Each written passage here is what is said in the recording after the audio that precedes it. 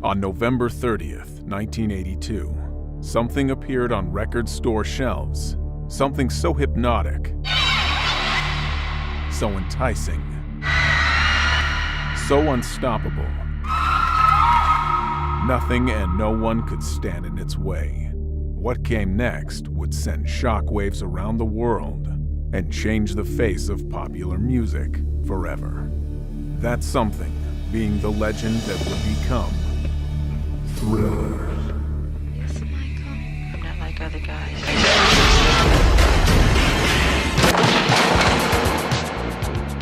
Michael Jackson's single that is currently #1 on the rhythm and blues and pop single charts. Jackson is also the first singer ever to have an album and a single in first place on both charts. Selling album in the country is Michael Jackson's Thriller. Now, since Michael Jackson is the proud winner of 8 shiny new Grammys, you might expect the sales of his records to suddenly surge. Sorry, you see, sales have always been up. Anything with Michael Jackson on it does continue to sell.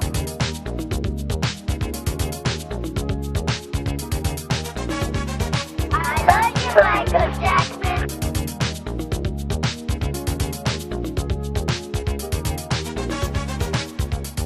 The album broke down every barrier imaginable, appealing to black and white, young and old, rich and poor, across the nation and beyond.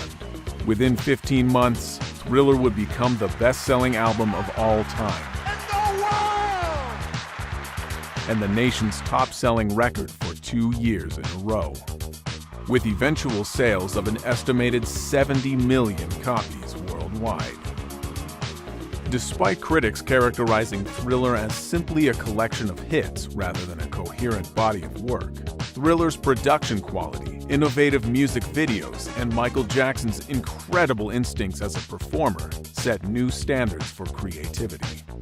Quote, "Sequencing an album," Quincy Jones explained, "is one of the joys in being a producer because it's like making a movie." Michael Jackson's passion for the art of filmmaking drove him to not only create a musical masterpiece, but a visual one as well. For the first time exploring visions much darker and more sinister, revealing his own internal angst. Life would ultimately imitate art, as themes outlined in Thriller predicted struggles Michael would endure in the years to come, as though he knew it to be his destiny. He sings about being afflicted by relentless speculation, paranoia, and press intrusion, as well as intense feelings of isolation and longing for meaningful human connections. The unavoidable mindless zombies out for his blood, whether corporate leeches, the tabloids, or a predatory medical system, resulting in his startling physical transformation that the public bared witness to.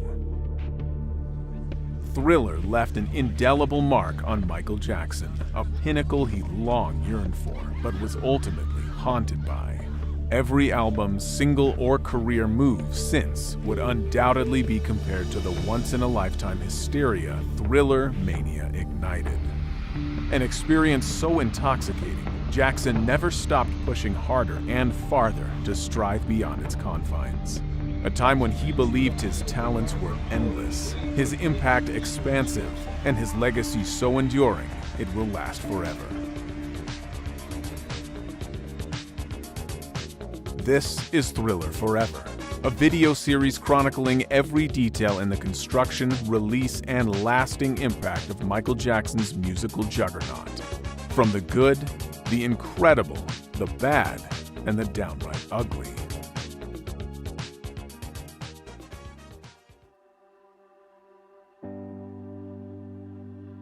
To understand the motivations behind Thriller, we must first get to grips with the context of its recording and Michael Jackson's career thus far.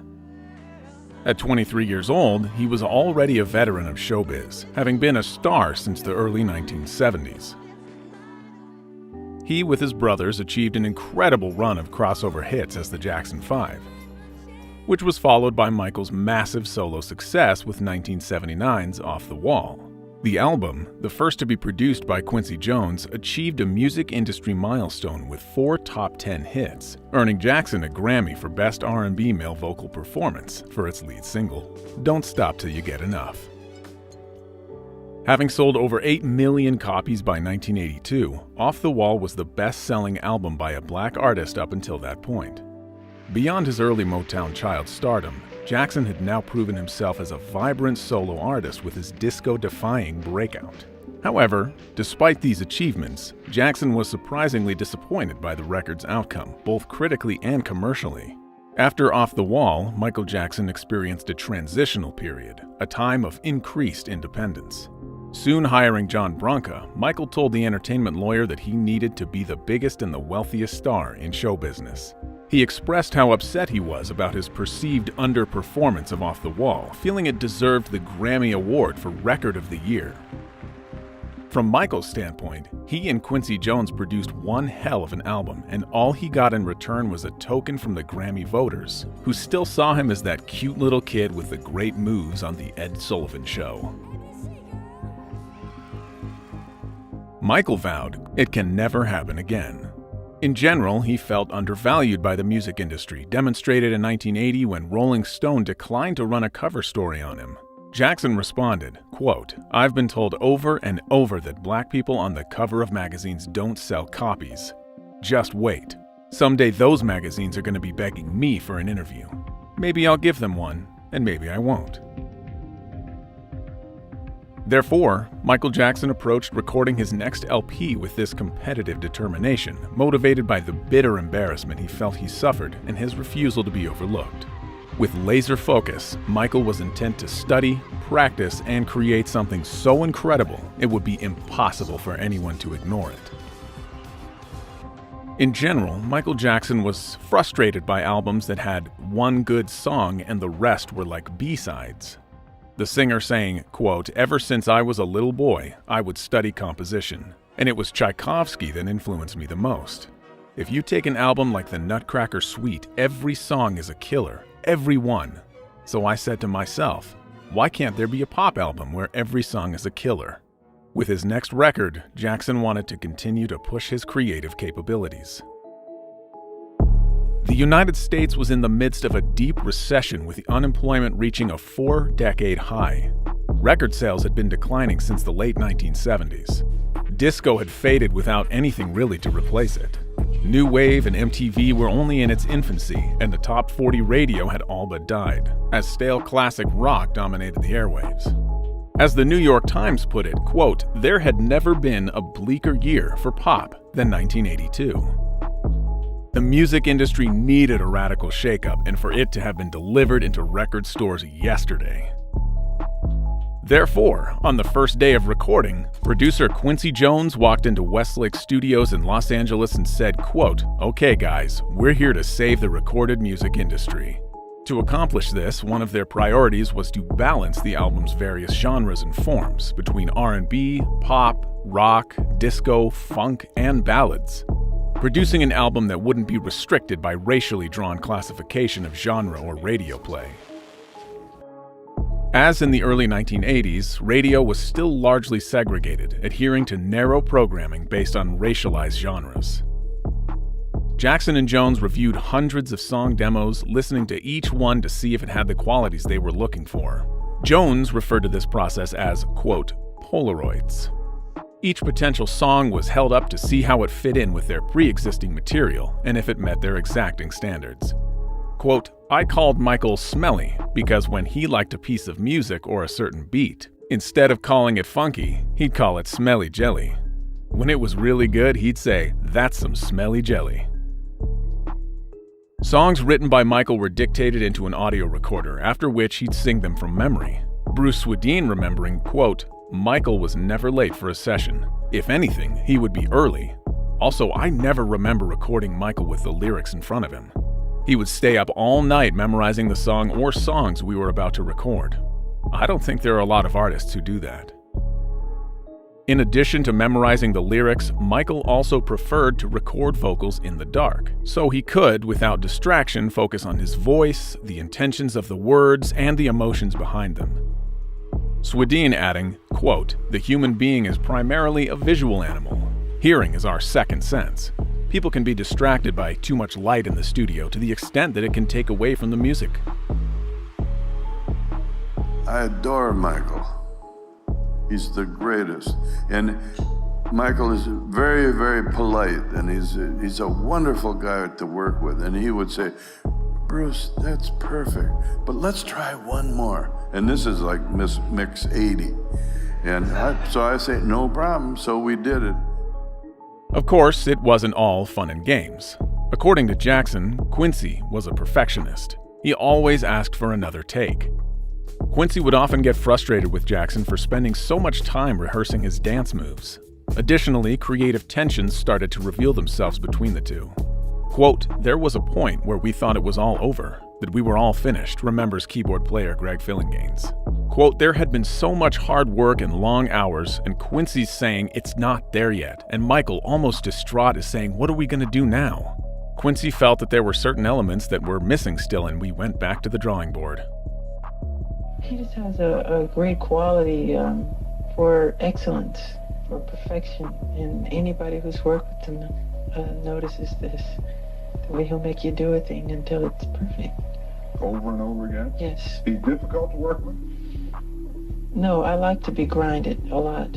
No, he's not difficult at all. He'll say, "It's beautiful, we have a take." Then he'll say, "Well, can you give us one more?" Jackson and Jones made many different mixes of each song due to their dissatisfaction with every result. After they finished the record, the production team was surprisingly somber. No one was happy with the way the tracks had turned out, so they decided to remix every single song once again, spending an entire week on each track.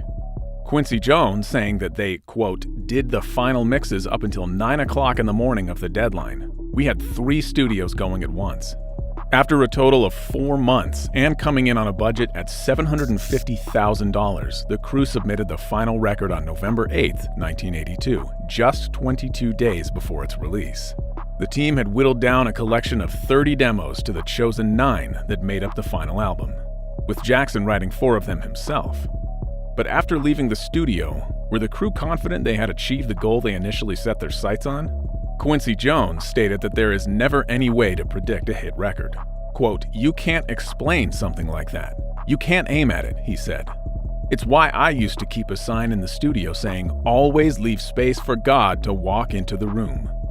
Everybody goes into a studio to make the biggest record in the world. Sure. And everybody's always surprised when it isn't the biggest record in the world. Surprised when it's not.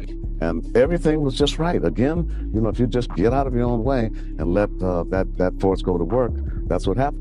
Bruce Swedien harbored similar sentiments. Quote, "I think anyone who would have the balls to say that is a liar, because you don't really know until it gets out in the public and they say, wow, this is really good." The only person certain that the record would achieve incredible success was Michael himself. Jerry Hershey from Rolling Stone stating that, quote, "Michael had predicted it all when I first met him. The Media Geek Show, the staggering sales figures, the order of singles, everything in which was to come." In preparation for its release, renowned photographer Dick Zimmerman captured the album cover's final image, which featured Jackson in a slick white suit he plucked off the photographer's shoulders while shooting. The gatefold sleeve reveals a tiger cub at Jackson's leg, which, according to Zimmerman, Jackson kept away from his face, fearing it would scratch him. Album artwork, certainly in the 80s, played a key role in attracting record buyers. A visual representation of the music inside, before the prominence of music videos. For a record that covers such a diverse range of genres, its slick monochromatic styling may have signified a musical reset of sorts. A new era, detached from previous disco glitz, bubblegum, and Motown, ushering in the next chapter of Michael Jackson. The presence of the cub showcasing his playfulness, as well as signifying Michael's attraction to the exotic and his more daring side. Certainly not your typical Jackson's record, the title suggesting something unexpected. All thriller without the filler.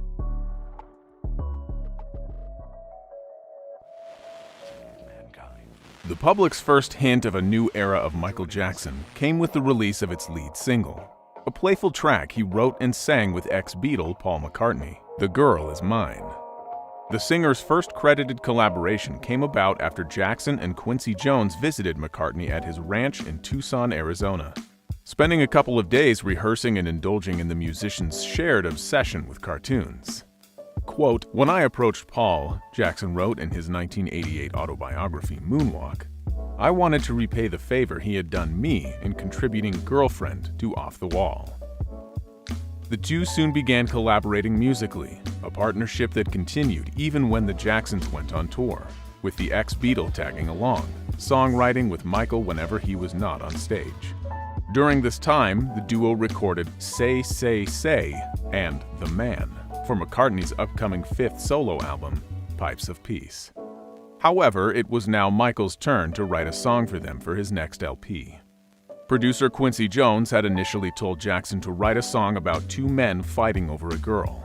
Inspired, Jackson awoke during the night and sang the song into a tape recorder. He later said, quote, "I sang exactly what I heard in my head, starting with the melody and the keyboard and the strings and everything. So I just orally put it all on tape." Jones listened and then asked Jackson to add a rap verse of the two friends talking it out. Quote, "We're fighting over this girl in the song," Jackson said, and it came out beautifully. The Superstar Duet was the first track recorded for Michael's new album at Westlake Studios, Los Angeles, from April 14th to the 16th, 1982. The session became a spectacle in itself, attracting press attention even before a single release date had been announced. Toto guitarist Steve Lukather, who had gotten a call from Jackson himself to play on several songs, vividly recalls, quote, "The McCartney duet was really insane," he said. "You can imagine what kind of a zoo it was, with Michael and Quincy and McCartney and all the people and the staff and the security. We never even got into the control room. Beatles producer George Martin and Beatles engineer Jeff Emmerich were there, Dick Clark. It was so intense." Despite the chaos and the distractions while recording, engineer Bruce Swedien only had fond memories of the session. Quote, "Paul was such a gentleman. He came to the studio prepared. Linda McCartney was with him and we had a fabulous time." Michael Jackson even said that the recording of The Girl Is Mine was one of his most enjoyable moments in the studio. Reminiscing, quote, "Of all of my recordings as a solo artist, my favorite is probably The Girl Is Mine, because working with Paul McCartney was pretty exciting and we just literally had fun. It was like lots of kibitzing and playing and throwing stuff at each other and making jokes. We actually recorded the instrumental track and the vocals pretty much live at the same time." And Michael and I were both up for working together, and it was very professionally handled, so that all it really needed was for us to get out there and perform and have a good time. But with Michael, it's not really work. It's just, it's more like play, It's just like when you start off in the business or with a group and stuff, they say, well, we play together. It's the word you use with music, isn't it? He plays. But what does he do for a living? He plays. And in this instance, that's all it was, really. We were just playing around. After, Michael Jackson was positive they'd recorded a surefire hit, a signature tune for both of them that embodied McCartney's melody and his distinctive groove. Dick Clark commenting, quote, "Even during rehearsals of the tune, you knew it was going to be a hit. I could tell from the level of excitement in the place the creative partnership was bound to be magic. And you know what? That's exactly what Michael Jackson says entertainment is. Magic." McCartney, however, expressed some trepidation about the song's bubblegum feel. He was especially concerned about the cloying use of the word doggone. Quote, "You could say it's shallow," he admitted. "When I checked it out with Michael, he explained that he wasn't going for depth. He was going for rhythm. He was going for feel." Released on October 18, 1982, a month before the album, and while the team was still recording, Bruce Swedien recalls, quote, "Quincy would come in every morning and put on a couple of local radio stations, and they were all playing The Girl Is Mine, so that would make you very serious about your work very quickly." The single's cover photograph was taken by McCartney's wife, Linda, and while the sweet enough middle-of-the-road song was charming, one thing was certain. This wasn't the Don't Stop Till You Get Enough Part 2 many were expecting. But for Michael, the breezy radio-friendly tune was the obvious first single, especially after McCartney achieved a hit duet with Stevie Wonder, Ebony and Ivory, earlier that year. later writing that, quote, "We really didn't have much choice. When you have two strong names like that together on a song, it has to come out first or it gets played to death and overexposed. We had to get it out of the way." However, radio listeners were overall not that impressed by The Girl Is Mine and felt that Jackson and Jones had diluted their talents to accommodate to a white pop audience. Without anything else to go by, many feared Jackson's upcoming LP would also be a disappointment if the singer's overarching ambition was to achieve widespread commerciality. However, Jackson knew from experience with racially segregated radio airplay practices, releasing his McCartney collab first would give his subsequent releases a better chance of crossing over into the mainstream. Song Facts explaining, quote, "It was released first because it was guaranteed airplay thanks to McCartney's contribution. The song was a very safe choice as the first single since it was very conventional and easy to understand. Jackson was afraid that if he released an edgy song first, people wouldn't give the album a chance. Jackson's instincts would ultimately be proven correct, as the mainstream track that essentially chronicles an interracial love triangle would go on to sell 1.3 million copies. The Girl Is Mine kicking off a string of chart success for Jackson, making it to number 2 on Billboard and all the way to number 1 on the R&B singles chart, the first time a Beatle topped the R&B list. Soon after, Michael Jackson's new album Thriller quietly slipped into the charts at number 11 on December 25, 1982. When compared to its lead single, the listeners were stunned by what they were confronted with as the album's opening track, instantly silencing those who believed Jackson may have lost his edge. 3 ricocheting drum beats kick off the frenetic opener, appropriately titled "Wanna Be Startin' Something." Its driving beat and hypnotic bass made it the closest thing on Thriller to Michael's previous output. Which is no surprise because the singer reportedly started working on the track while recording Off the Wall, which may be one reason it was chosen as the album opener.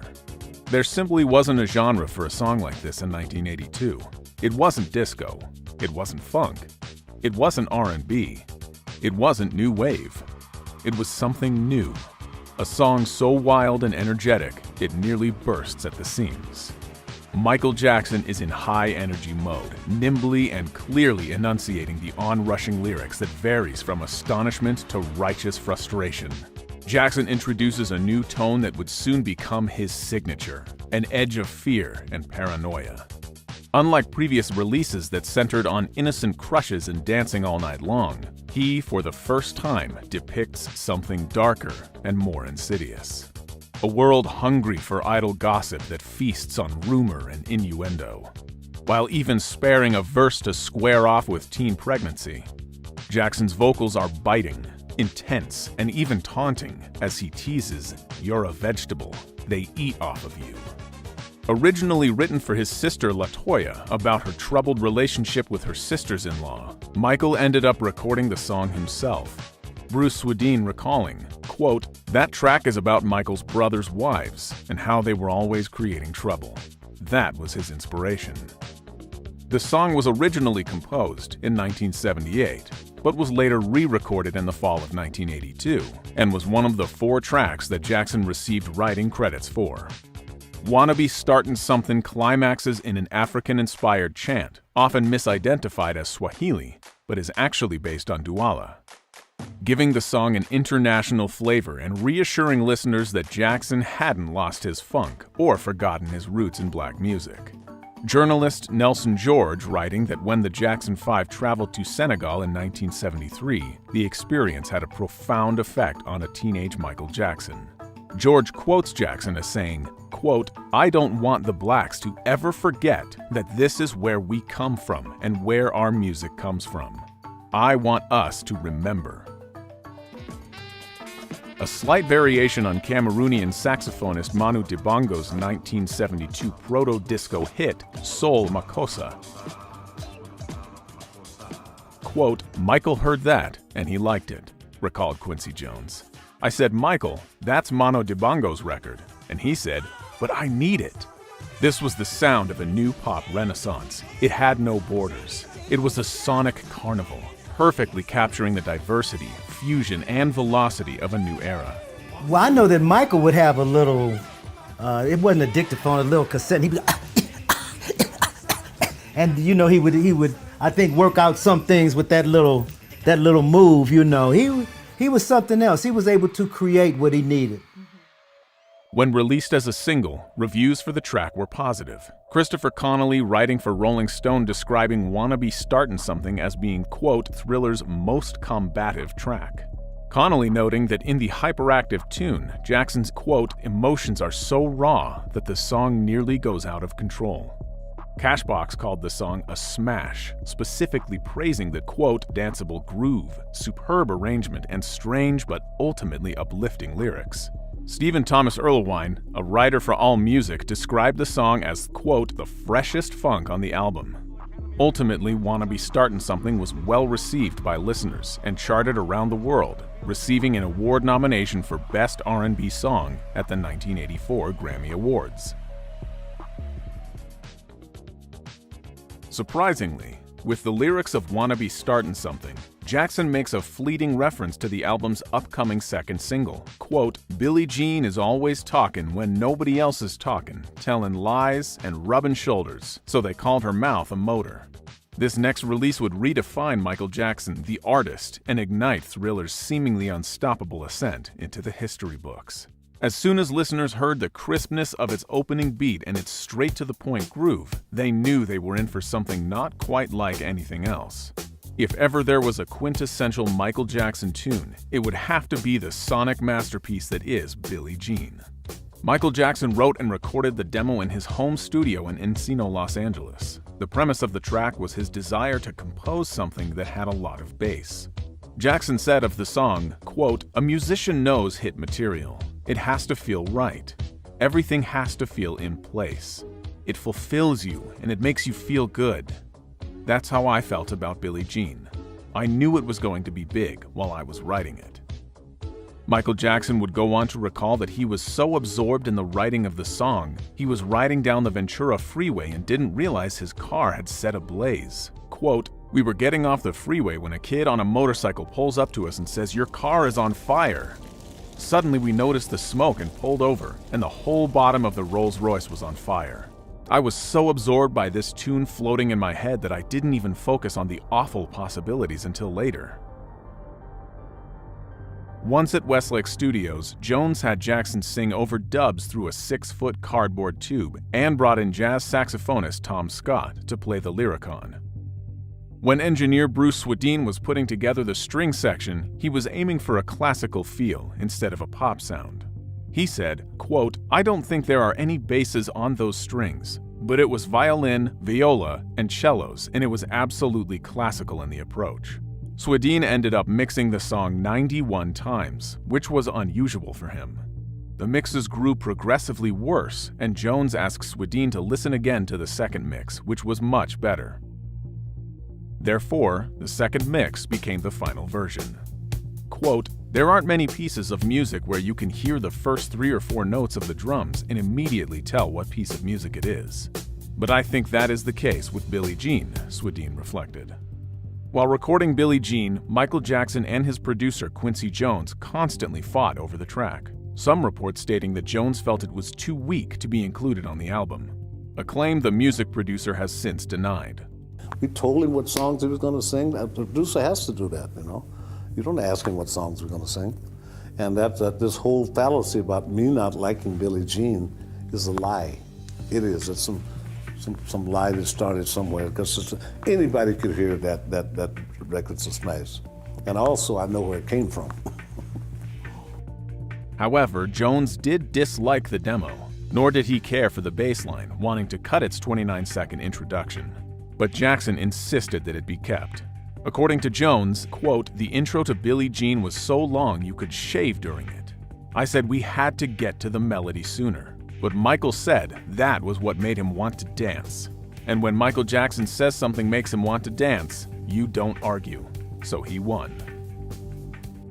Quincy Jones also wasn't keen on the track's title, wanting to change it to Not My Lover, as he believed that audiences might mistakenly think the song was referring to tennis star Billie Jean King. However, Jackson refused to change the title and asked Jones to give him co-producing credit for the track, as he felt that the finished product sounded very close to his demo.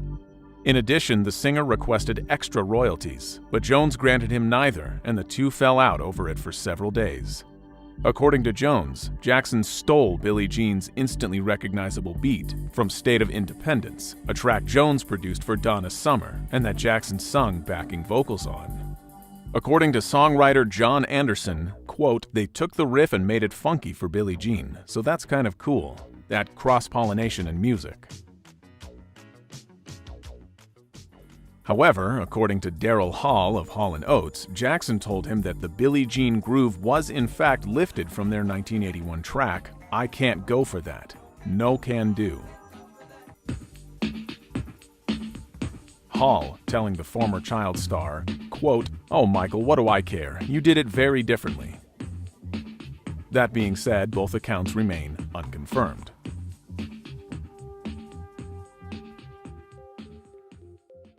Upon the official release of Billie Jean on January 3, 1983, listeners were surprised by its lyrical content. These were emotions no one had ever heard from the former boy wonder. Quote, "I figured that he was making a conscious effort to change his image," Michael's mother Catherine revealing. "I think he felt that his image had become too safe." For the first time, Jackson lifts the lid on the realities of fame, and that despite the public's preconceptions, it has its darker side. A cautionary tale to, quote, "Be careful of what you do, because the lie becomes the truth." Billie Jean delves into themes of suspicion, rumor, and the perils of stardom. Recounting the story of a woman named Billie Jean who seduces the narrator, then claims that they have fathered her child, and despite his emphatic denials, continues to insist on his responsibility, causing immeasurable turmoil in his life. Michael Jackson stating, quote, "This track was really personal." The singer's inspiration coming from the groupies he and his brothers encountered during their time performing as the Jackson 5. These groupies would linger around backstage doors, forming relationships with any band members that came to town. Encounters that continued, as demonstrated when Michael was at his home in Havenhurst and some girl had snuck over the wall. His producer Quincy Jones said that Jackson found the woman one day lounging by his pool with a bathing suit and sunglasses on. According to Jones, she accused Jackson of being the father of her child, which Jones thought was hilarious. However, the track's true inspiration was really rooted in a far more sinister experience that he didn't feel comfortable revealing to his closest collaborators, not even Quincy Jones. When Jerry Hershey of Rolling Stone noticed a snapshot tucked into a picture frame in Jackson's dining room, he acknowledged the image was of the real Billie Jean. Hershey described her as a, quote, "black teenager of average countenance, posing, most likely, for a high school yearbook." The genesis of Billie Jean had in fact stemmed from letters Jackson received in 1981 from a woman asserting that he was the father of one of her twins. Jackson regularly received such claims, despite never meeting these women, and therefore would usually just ignore them. However, she persisted, professing her love and desire to be with him, and questioning how he could ignore his own flesh and blood. These letters troubled Jackson to the point of causing him continuous nightmares. The situation escalated when Jackson received a parcel containing a photo of the fan, a gun, and a letter instructing him to kill himself at a specific time, with the fan planning to do the same after killing their baby so they could reunite in the next life. Subsequently, Jackson learned that the fan had been admitted to a psychiatric hospital. Quote, "I want to memorize her face," he said, "in case she ever does turn up someplace." In fear of inciting more obsessive fanatics, he never publicly revealed this origin story. Michael later writing, quote, "There never was a real Billie Jean. The girl in the song is a composite of people my brothers have been plagued with over the years. I could never understand how these girls could say they were carrying someone's child when it wasn't true." However, despite Jackson's attempts, the release of Billie Jean would usher in a new wave of psychotic extremists who believed the superstar was in fact singing about them. One even changing their name to Billie Jean Jackson and actioning a $150 million paternity case against the superstar. Thanks to the release of Billie Jean, by January 1983, Michael Jackson's Thriller album had reached #1 on the R&B chart, and a month later, it topped the Billboard 200. The single also topped the music charts on March 5, 1983, before even the release of its accompanying video.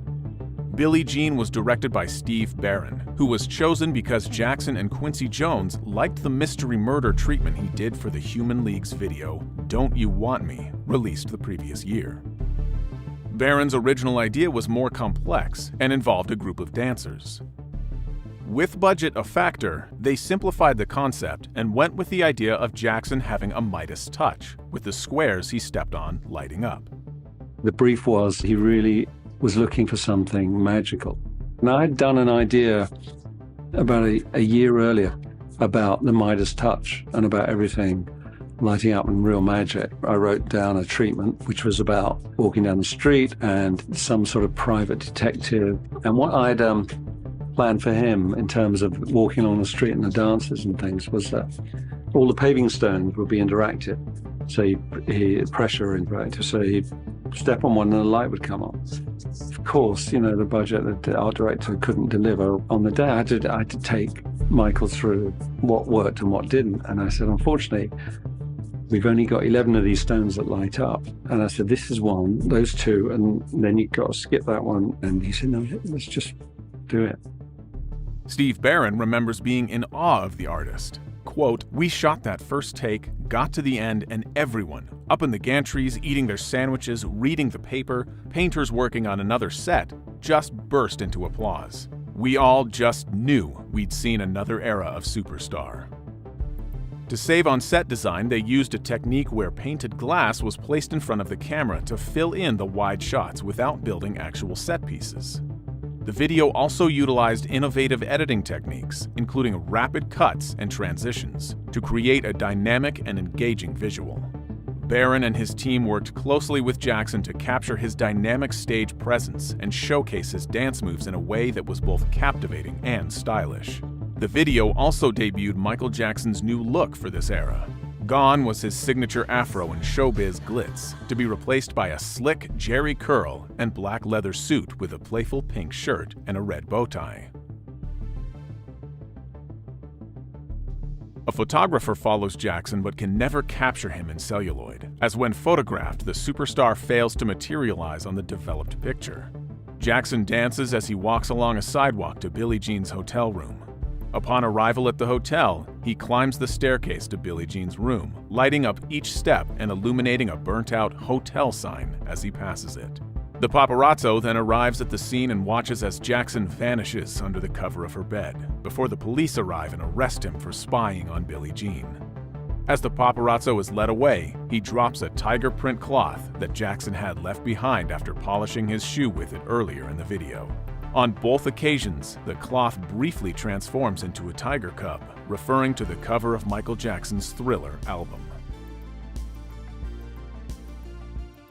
The Billie Jean video is often credited with breaking color barriers on MTV, a channel that debuted on August 1, 1981, and up until that point exclusively pushed white artists with a more rock-oriented output. This didn't go unnoticed, as MTV was accused of racism during this era, most notably by Rick James, whose Super Freak video was rejected by the network. This isn't a Wizard of Oz. There are black people here, and we make music, and we spend thousands or $100,000 on videos. And we're not doing this for the sake of because we enjoy doing it. We're doing it because it's part of the art. Quote, "Maybe MTV gets slagged because of what is construed as its overt racism." Journalist Michael Shore wrote in The Village Voice in 1982, quote, "It goes for the biggest sellers to the biggest audience, which means white youth music as in corporate rock and heavy metal." Many behind the scenes at MTV argued that while viewers in New York or other cosmopolitan centers wouldn't be fazed by seeing black artists as part of their programming, they also needed to accommodate Middle America and less open-minded territories. Even though MTV had a growing viewership, record companies wouldn't budget for videos by their black artists since they didn't think they would play them. So the network could make the argument that they simply didn't have any good videos by black artists. However, as an avid fan of filmmaking, Michael Jackson knew that argument wouldn't fly as soon as he presented them with the Billie Jean video, which was startlingly innovative and took the new art form to greater heights. Despite its production value and Jackson's star quality, MTV initially refused to air Billie Jean, promising to instead broadcast Michael's next video because it was more fitting to their rock format. We are looking for a certain sound and a certain point of view. Bob Pittman is the 29-year-old whiz kid who created MTV after a successful career as a radio station program director. He sees little difference between radio and cable. We are not all things to all people. We are cable television, and what cable television does best is specialize. One thing per channel, so you know exactly what you're getting when you turn on the channel. Enraged by their refusal, Walter Yetnikoff, the president of Jackson's record company CBS Records, threatened to expose MTV's stance as a racial discrimination. Quote, "I said to MTV, I'm pulling everything we have off the air, all our product.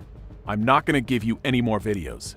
And I'm going to go public and tell them about the fact you don't want to play music by a black guy."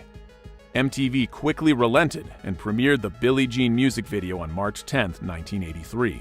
The single was already topping the charts, but in part because of the video's heavy rotation on MTV, Billie Jean soon broke records by remaining #1 for a total of 7 weeks. Although MTV fed the public Michael Jackson's most captivating of visuals, the video didn't contain the superstar's most iconic elements of Billie Jean. For example, his fedora, sequin glove, and the moonwalk. These visual cues would debut on May 16, 1983, when Jackson agreed to perform the track at the Motown 25, Yesterday, Today, Forever television special. Jackson had initially declined to perform, as at the time he wanted to distance himself from Motown and his brothers, focusing his attention on his solo work, but reconsidered after he discussed the offer with Berry Gordy, the founder of Motown, and Michael agreed only if he could perform his new track. Following performances by Marvin Gaye, Smokey Robinson, and Mary Wells, the Jacksons sang a medley of their early Motown hits. After the group performed I'll Be There, his brothers left Michael alone on the stage. Jackson wore black pants, leather penny loafers, a black sequined jacket, sequined socks, and a single white rhinestone glove. He addressed the audience, and then Billie Jean started playing to an erupting applause. During the song's instrumental interlude, he executed a move that many believe sealed his status as a pop icon. Jackson gliding backwards, performing what instantly became his signature, the moonwalk, before spinning on his heels and landing on point. It was the first time Jackson performed the move in public, after practicing it over and over again in his kitchen prior to the show. The special was watched by 50 million people, and Jackson received an Emmy nomination for his performance. Motown 25 is considered a watershed moment in popular culture, solidifying Michael Jackson as a supreme performer of a generation. The day after the show aired, Jackson was called by his childhood idol Fred Astaire, who commended him for his performance. Another childhood idol, Sammy Davis Jr., admired Jackson's black sequin jacket during the show and later received it as a gift. Despite the show's success, Michael was surprisingly dissatisfied with his performance. After getting off stage, he cried due to being unhappy with his spin and toe stand, as he wanted it to last longer. However, the gloved one was comforted by a kid that ran up to him after the show and emphatically praised his moves, taking solace in the belief that children are often your most honest critics. As a result of this performance, Jackson reached a new audience and increased sales of Thriller, soon selling as much as 1 million copies a week, becoming the first artist ever to have an album and single in top position on the Billboard charts at the same time. In 1984, Billie Jean would be awarded honors including 2 Grammy Awards and an American Music Award. Certified Diamond, a Billboard poll named the tune as Black Single of the Decade, with many considering Billie Jean as one of the greatest songs of all time.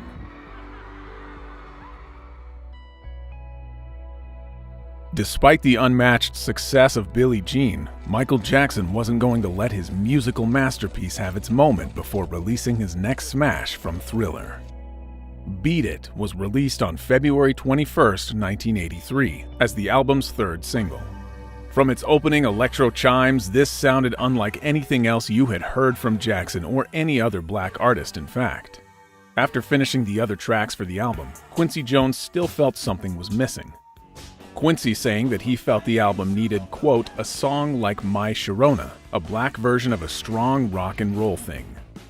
With the ongoing backlash against disco making it necessary to make a stark switch from Off the Wall, Jones and Jackson were determined to make a rock song that would appeal to all tastes. Michael Jackson writing that, quote, I had been thinking I wanted to write the type of rock song that I would go out and buy, but also something totally different from the rock music I was hearing on Top 40 radio. The result was harder, grittier, rawer than anything Michael Jackson had embarked on before. Gone was the softness and sweetness that usually characterized his vocals, replaced by a more defiant and challenging delivery that is razor sharp. Jones saying, quote, we were very conscious of wanting a white rock and roll groove, and when Smelly wrote Beat It, we knew he'd come up with the nitroglycerin. Quincy spent weeks looking for a suitable guitarist for the song. Eventually, they found Steve Lukather of Toto to play the rhythm guitar parts. Lukather was working on the track when he heard that an Eddie Van Halen guitar solo was also going to feature. Quote, when they told me Eddie was playing on it, and they were trying to do a crossover record, I whipped out the Marshalls and did a wall of sound, he said. Quincy sent that back and said, quote, the guitars are too heavy. They'll never play this on R&B radio.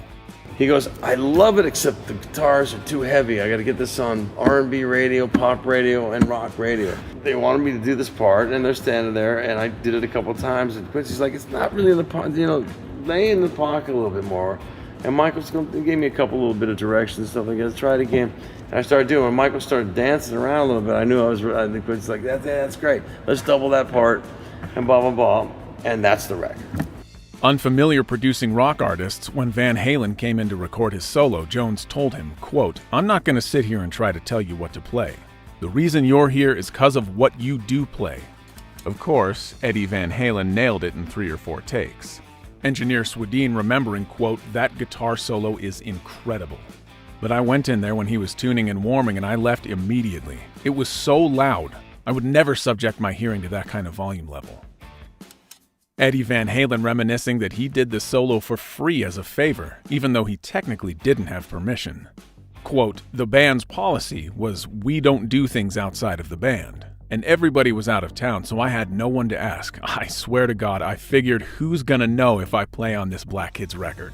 Myth and rumor surrounded Eddie Van Halen's contribution, one being that a mystery blaze broke out in the control room as he played.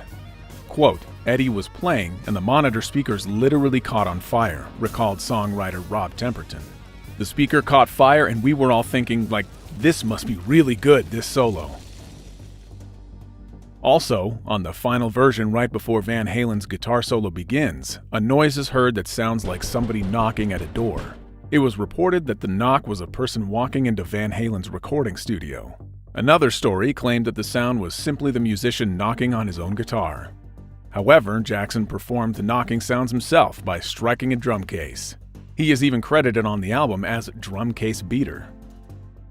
Packed with killer hooks and a strong musical sensibility, Beat It pulls Michael Jackson into an urban world and relays the pressure of a young man needing to prove himself in a tough street environment. Michael takes total command with an impassioned vocal begging young men everywhere to stop the macho craziness inherent in gang life. Motivated by memories of rumbles between rival gangs from the front window of his childhood home in Gary, Indiana. Even after being lifted out of poverty, arriving in Hollywood to become a star at an early age, Jackson continued to grow up in an environment poisoned by toxic masculinity, the same poisonous substance that infects boys who join gangs. His ex-boxer, steelworker father terrorized and whipped him and his brothers regularly. The palpable sense of urgency in Michael's voice as he sings, quote, "Don't want to see no blood, don't be a macho man," can easily be identified as a plea to temper emotions before it goes too far. As though coming from someone who firsthand experienced the trauma of machismo gone wild. However, music critics interpreted Michael's depiction of gang violence as being more rooted in Hollywood spectacle, rather than his experience on mean streets of Gary. Songfacts asserting, quote, his interpretation of two gangs coming together to rumble was based on the celluloid interpretations that he'd seen, specifically West Side Story, which used gangs as musical art. Unsurprisingly, the 1961 musical adaptation was a huge inspiration for Jackson when composing Beat It. Its title lifted from the movie's opening line. Beat it. Its references become even more evident in the track's accompanying music video. News of a fight circulates a diner and pool hall where gang members arrive, and the song begins to play. The camera cuts to Jackson lying on his bed as he contemplates the senseless violence. Jackson then dances his way towards the fight through the same diner and pool hall seen earlier. A knife battle takes place between the two gang leaders in a warehouse until Jackson arrives. He breaks up the fight and launches into a dance routine. Donning a zippered red leather jacket, black pants, white socks, and black loafers, the video ends with Jackson at the center of mass choreography with several synchronized dancers, introducing elements that would soon become his visual trademarks. The second video released for the Thriller album was originally going to be directed by Billie Jean director Steve Barron.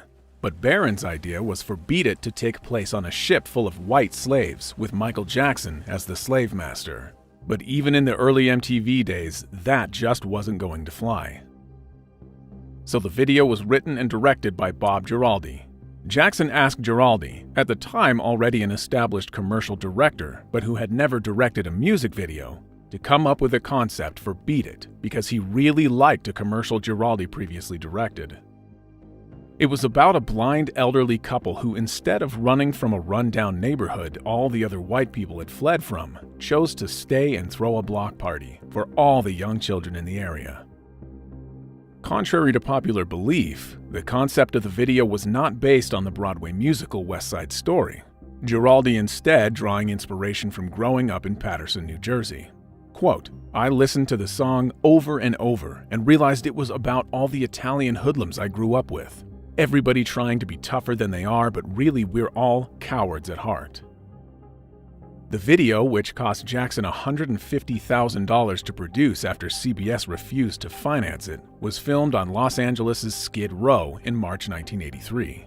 The short film was Jackson's first treatment depicting black youth and the streets. So to add authenticity to the production, Jackson cast members of rival Los Angeles street gangs Crips and Bloods as extras. Giraldi adding that while shooting, things got a little tense, so he had them shoot all scenes with the gang members on the first day. Let me just throw the music on. Let me try and see if I can just diffuse the situation, and then we'll go home and I won't call the Crips and Bloods back tomorrow. I have enough footage of them anyway. Michael Jackson comes down the boxes, and they start dancing. And then all of a sudden, the other dancers start flailing their arms and start dancing. And I'm watching the Crips and the Bloods. They're just lined up, supposedly watching this thing going on. But the looks on their faces are so fascinating. Watching young African-American, probably gay men. They were watching the beautiful grace and symmetry of the dance, of the choreography that they knew. Tough as they were, they could never do that. In addition to around 80 genuine gang members, the video also featured 18 professional dancers and 4 breakdancers. The video's world premiere took place on MTV on March 31st, 1983, just when Billie Jean was building momentum. An idea of Frank DeLeo, the vice president of Epic Records, who convinced Jackson to release Billie Jean and Beat It in quick succession. With both videos going into hot rotation for much of the summer of 1983, DeLeo correctly predicted that both singles would reach the top 10 at the same time. Billie Jean making it to number 1, before being toppled by Come On Eileen, which stayed at number 1 for a single week, before Jackson reclaimed the top position with Beat It the following week. Billie Jean and Beat It therefore occupied the top 5 at the same time, a feat matched by very few artists. I had played on Beat It, on Michael Jackson's record, and his album went to number 1, and our album was number 2. Our single was number 1, his single was number 2. Then he did that Pepsi commercial, he burned his hair, and he stayed at number 1. Selfish, man. To this day, the guys in the band still blame me for that album not going to number one. The single remained at the top of the Hot 100 for a total of 3 weeks. With sales of over 10 million worldwide, Beat It is one of the best-selling songs of all time and received the 1984 Grammy Award for Record of the Year and Best Male Rock Vocal Performance, as well as 2 American Music Awards. However, Beat It's impact extended far beyond just sales figures, as it decimated segregated radio formats and reshaped the future of pop music. Island Def Jam chairman L.A. Reid remembers being blown away. Quote, "Today we do things called mashups," he said. "Take Linkin Park and Jay-Z and put it together and it's certainly unique, but it's not unusual." But at that time, Eddie Van Halen was at the top of his game and fit right in with Beat It. It didn't feel like a guitar solo over some R&B track. It was very organic.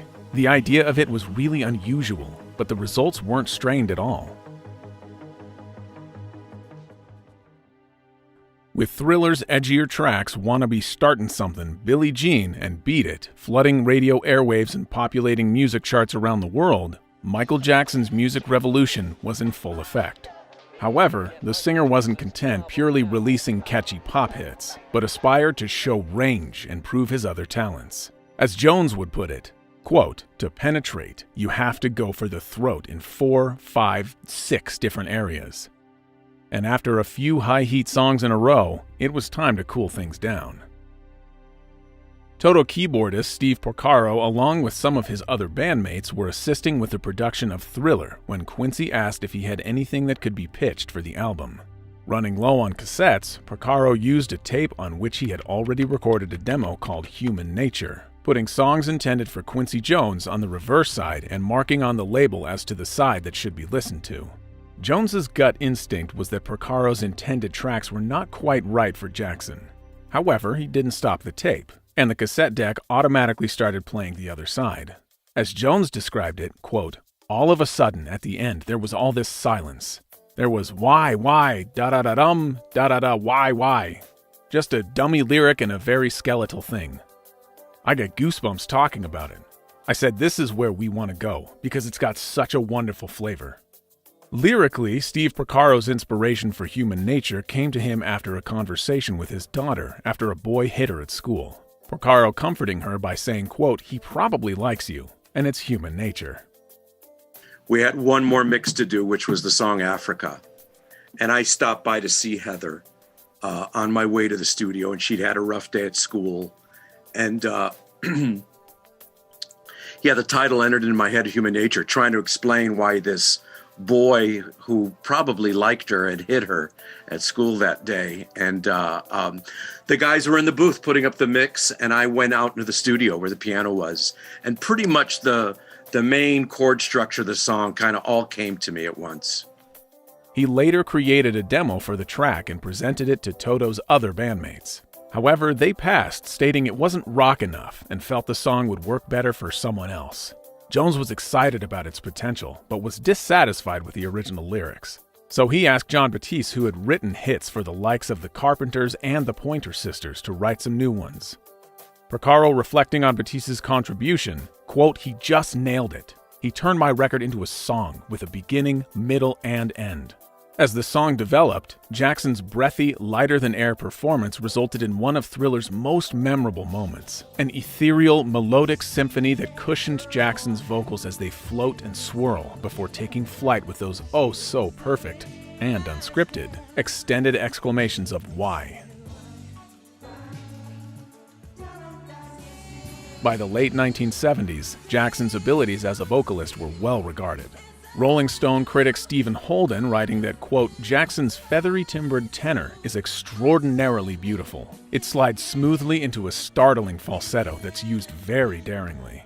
Jackson's vocal delivery keeps the track feeling fresh, and the intoxicating melody feels as though it has been plucked from the future or another world entirely."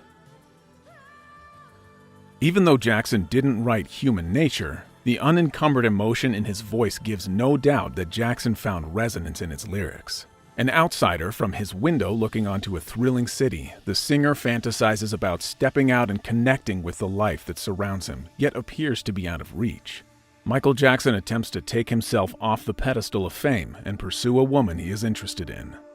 The yearning for freedom and authentic personal connection being universal.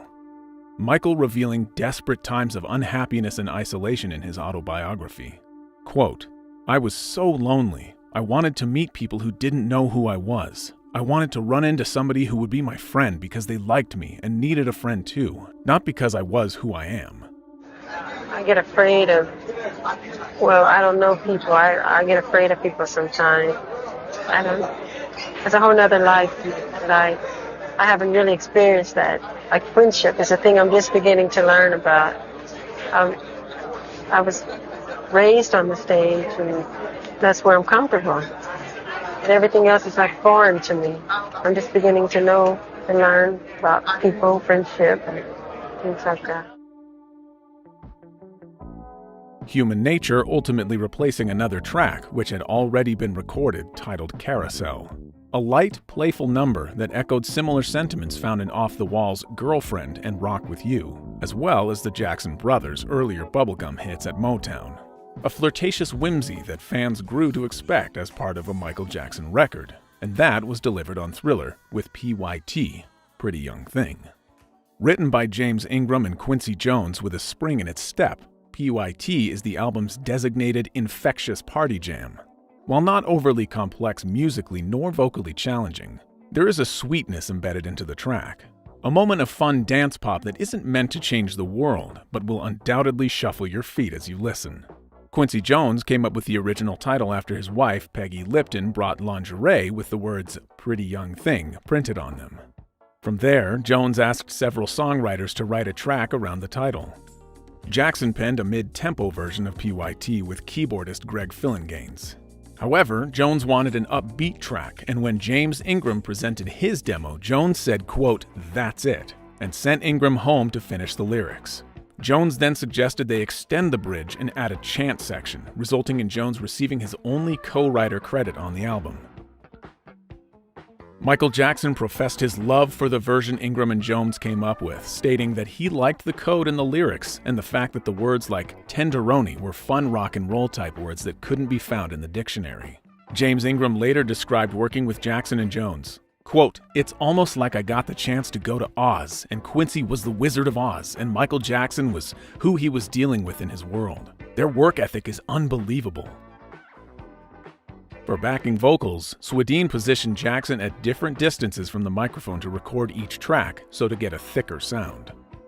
Two of Jackson's sisters, Janet and LaToya, also provided backing vocals, singing the na na na part behind their brother towards the end of the song in the guise of being the PYTs. When eventually released on September 19, 1983, PYT had already gained popularity with listeners and was in heavy rotation on black radio. A frizzy funk tune, it was a perfect remedy for Jackson fans on the lookout for a danceable groove in the post-disco era. Michael continued to serve this niche on the Thriller album by incorporating tracks written by Rod Temperton.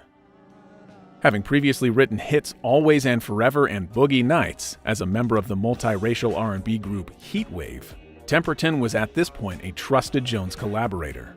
Having previously contributed to Jackson's Off the Wall album, its title track Burned This Disco Out, and the mega hit Rock With You. Writing the upbeat but ultimately unreleased Got the Hots and Hot Street, Temperton ended up contributing 3 other songs that made it onto Thriller. This included the funk soul groove Baby Be Mine that finds Jackson in a more carefree space vocally than elsewhere on the album. Quincy Jones refers to Baby Be Mine as Coltrane done in a pop song. Quote, "Take a close look at Baby Be Mine," he said, starting to scat. "It goes deedle-dee-doo, dee-dee-dee. That's Coltrane, man. It's got pop lyrics and a beat, but it's Coltrane." It all came from the same place. The frequent chord changes and occasional key shifts reflect bebop values, as do the quick splashes of background vocal fills. The production and specifically Jackson's vocals elevate the song from being purely filler, as one expects it would be on a lesser artist's album. However, Rob Temperton wasn't satisfied just writing the more frivolous pop tracks on the album and was inspired to write something more theatrical to suit Jackson's larger-than-life stage persona. Temperton improvised with bass and drum patterns until he developed the bass line that runs through the track. Then he wrote a chord progression that built to a climax. He recalled, quote, "I wanted it to build and build, a bit like stretching an elastic band throughout the tune to heighten suspense." Temperton's first version was titled Starlight, with the chorus lyric, quote, "Give me some starlight, starlight sun." Quincy felt that the song should be the album's title track, but felt Starlight was not strong enough of a title. Instead, they wanted something much more mysterious to match Jackson's evolving persona. Saying to the songwriter, quote, "You managed to come up with a title for the last album. See what you can do for this one." Temperton revealing, quote, "I went back to the hotel, wrote 200 or 300 titles, and came up with Midnight Man." Jones felt Temperton was going in the right direction, but still wasn't quite there yet. Quote, "The next morning I woke up and I just said this word. Something in my head just said this is the title. You could visualize it at the top of the Billboard charts. You could see the merchandising for this one word, how it jumped off the page as Thriller." With the title decided, Temperton wrote its lyrics within a couple of hours. Somehow the British songwriter picked up on Jackson's love of horror movies and gave the lyrics a more ominous feel. The song found a balance between a Broadway-style narrative and a thumping, irresistible dance floor beat. Temperton envisioned a spoken word sequence for the ending, but did not know what form it should take. It was decided that it had to be performed by a famous voice from the horror genre, with Jones's then-wife suggesting her friend Vincent Price.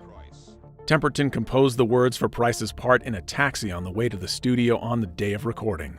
Quote, "Rod wrote this brilliant Edgar Allan Poe spiel," said Jones, "and Vincent really understood it. Vincent did it in 2 takes.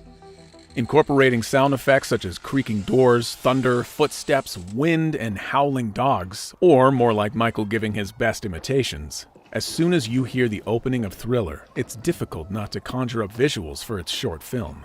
But before its iconic imagery was burned into our collective consciousness, Thriller was just this catchy but kooky track in the middle of an otherwise mature album. For that reason, Thriller was not initially planned as a single, as Epic saw it being more of a novelty song. When asked, Walter Yetnikoff saying, quote, "Who wants a single about monsters?" However, after the album dropped from the top of Billboard 200 in the summer of 1983, having spent months at number 1, the singer urged Yetnikoff to help conceive a plan to return the album to the top of the charts. Obsessive about his sales figures, Jackson's manager Frank DeLeo suggested releasing Thriller as a single, backed by a new music video. Quote, "It's simple. All you've got to do is dance, sing, and make it scary." After seeing the 1981 horror film An American Werewolf in London, Jackson contacted its director John Landis. A bold move, as film directors had not worked on music videos before, but Landis was intrigued. I thought, I don't want to do a video. They're commercials to sell records. That's not my interest. And then I thought, well, wait a minute. It'd be fun to shoot a musical number correctly. I had hoped that to exploit his celebrity to bring back the theatrical short. And he was very enthusiastic about it. And I went home and I wrote a script that would be a 2-reeler. And I brought it back and he loved it. He said, though, the only difference was he said, "Can the zombies dance?" Sure. The director suggested they make a theatrical short on 35mm film with the production values of a feature film, rather than a standard music video. With a budget of $500,000, Thriller was going to be a much larger endeavor than any other music video before it. According to the director, when he called Walter Yetnikoff to propose the film, he swore so loudly Landis had to remove the phone from his ear. From the record label's perspective, they had little interest in making another video, believing that the album had already peaked. MTV, who benefited greatly from Jackson's earlier visual output, had a policy of not financing music videos, instead expecting record companies to pay for them in order to promote their artists. With Epic only contributing $100,000, Landis's producer George Folsey Jr. suggested a making of a documentary that, combined with the full-length video, would produce an hour-long film that could be sold to television to help finance its production. When the idea was proposed to networks, Showtime agreed to pay for half its budget, and MTV confirmed they would pay the rest, justifying their expenditure as financing a motion picture and not just a music video. Quote, "I wanted something that would glue you to the set, something you'd want to watch over and over," Michael wrote in his 1988 memoir. "I wanted to be a pioneer in this relatively new medium and make the best short music movies we could make." Thriller was even an event when it was being shot in October 1983. Marlon Brando, Fred Astaire, Rock Hudson, and Jackie Kennedy Onassis all turned up on set, and Eddie Murphy, Prince, and Diana Ross were spotted at its private premiere on the 14th of November. A week later, it was first shown to the public. To be eligible for the Oscars, it needed a week-long theatrical release, so Landis arranged for it to open bizarrely at Disney's Fantasia, at a single cinema in LA, though it was never nominated by the Academy. Then at midnight on 2nd of December, after weeks of trailers and media hype, MTV debuted Thriller to the world. The video opens with a disclaimer stating that Jackson in no way endorses supernatural practices, a decision made to help stem criticism from Michael's Jehovah's Witness faith. In the short film's extended prologue, Michael's moonlit date with his girlfriend, played by model Ola Ray, is cut short when their car breaks down. And while walking to get help, Jackson is transformed into a howling creature and attacks his date. The real Michael and Ola observe the scene in a movie theater and decide to leave after she gets spooked.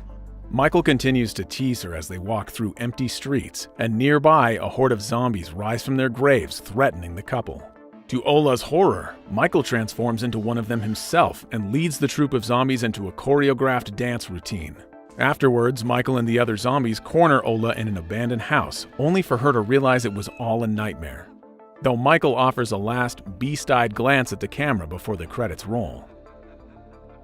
While the music video has plenty of visual elements that have since become iconic, particularly Jackson's red moto-style jacket and matching pants, the Thriller dance sequence, developed by choreographer Michael Peters, is one of the most distinctive and imitated choreographies of all time. Dancer Vincent Patterson was asked to train Jackson and the other dancers for 4 days before they filmed, as well as appear as a zombie in the video himself. Quote, "I thought Peters hit the target immediately," Patterson recalls. "It was technical to a point. You couldn't be too technical with Michael Jackson. He wasn't an extremely trained dancer, but he could pick up things very, very well." Other iconic scenes in the music video included Michael's various terrifying metamorphoses. Inspired by American Werewolf in London, Jackson initially wanted to be transformed into a 4-legged beast. However, this idea was soon replaced with a 2-legged monster so Michael could still dance. John Landis suggested that Jackson should become a werewolf in a 1950s setting, inspired by the 1957 film I Was a Teenage Werewolf. However, special effects makeup artist Rick Baker decided to instead turn Jackson into a werecat. Quote, "Because I just didn't want to do another werewolf," he said.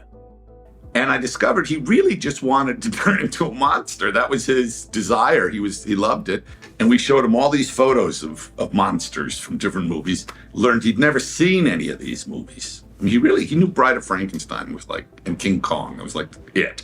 He had never seen anything. But he wanted to turn into the werewolf like David Naughton did, David was 4-footed. It turned into a, and I said, "Mike, if you're gonna dance, it'll be hard with 4 feet." I said, let's do like I Was a Teenage Werewolf, Michael Landon, which is why he's wearing a Letterman's jacket. It's a 50s thing. And Rick eventually created that kind of leonine, sort of a cat monster, werecat thing, who's kind of elegant, Initially envisioning a werecat that would resemble a Black Panther, Rick eventually added a longer mane and larger ears.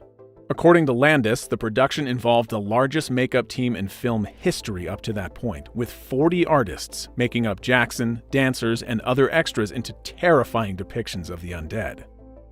During its development, John Landis insisted that Jackson's transformations couldn't be too unattractive, but Baker was amused at how into the idea of turning into a monster Michael was. Quote, "I thought he's like a rock star. I don't think he's going to want to wear this makeup. But it turned out that's what he wanted to do more than anything," Baker recalled. But you also did personal makeups for Michael, too, after that. I didn't. Never? No. He wanted me to make pieces for him, disguise pieces and stuff, so he could go out. But he wanted to put them on himself. And I really felt we couldn't do what he really wanted, and he couldn't put it on in a way. I remember there was a picture in the National Enquirer of Michael with a afro wig on and his face painted gray, and it said it was a $10,000 makeup by makeup artist Rick Baker. Great, nice commercial. Yeah, and that's exactly why I didn't want to do it. After the video premiere and the Making Michael Jackson's Thriller documentary was released on VHS, it attracted more than 100,000 advance orders, going on to sell nearly 10 million copies and winning a Grammy for Best Video Album in 1985. The video's success also doubled the already sensational numbers in album sales. Thriller would go on to receive 3 MTV Video Music Awards for Best Overall Performance in a Video, Best Choreography in a Video, and Viewer's Choice, as well as a People's Choice Award for Favorite Video of the Year. The song had been certified diamond, selling over 10 million units, and Thriller continues to chart every Halloween season, reaching #1 on 3 different Billboard charts the week of November 8, 2023, some 40 years after its initial release.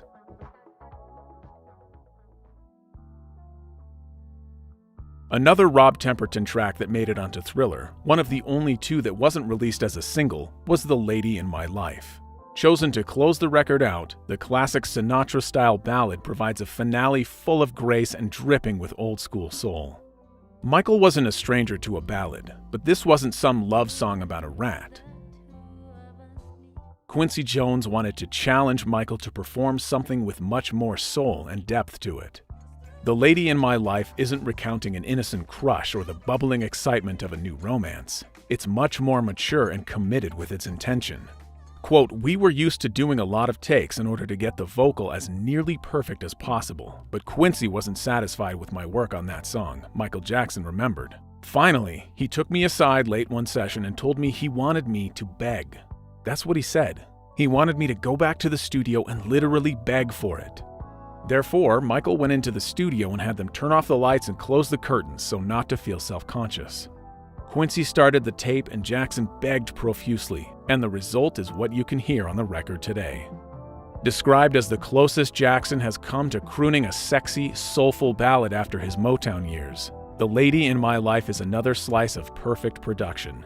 Seductive and smooth, the song slowly builds with Jackson's sublimely pure vocals and enticing melodies. Originally recorded with extra verses, timing constraints on vinyl forced the song to be trimmed back. Sacrificed was more than 2 minutes of Jackson's ad-libs in an extended outro that showcases his brilliance as a natural vocalist. Never to be performed live, nor did it receive a video, the track remains a mysterious glimmer of Jackson's undefinable magic. Through the pulsating beats and electrifying melodies of Thriller, Michael Jackson truly transcended the boundaries of music to create a timeless masterpiece that still resonates with audiences across the globe. Its success gave Jackson an unprecedented level of cultural power never previously achieved by a black artist, leading him to being honored by the president at the White House as the most significant entertainer of a generation. Thriller was the first album to spend 37 non-consecutive weeks at #1 on the Billboard 200, conquering the Grammys in 1984, winning a record-breaking 8 awards including Album of the Year, a space and time when Jackson's unparalleled talent and creative vision single-handedly ignited a revolution in music, forever altering the landscape of popular culture. Greatness that cannot be replicated ever again in quite the same way, but can still inspire those brave enough to meet the standard Michael Jackson set all those years ago, whether yesterday, today, or forevermore.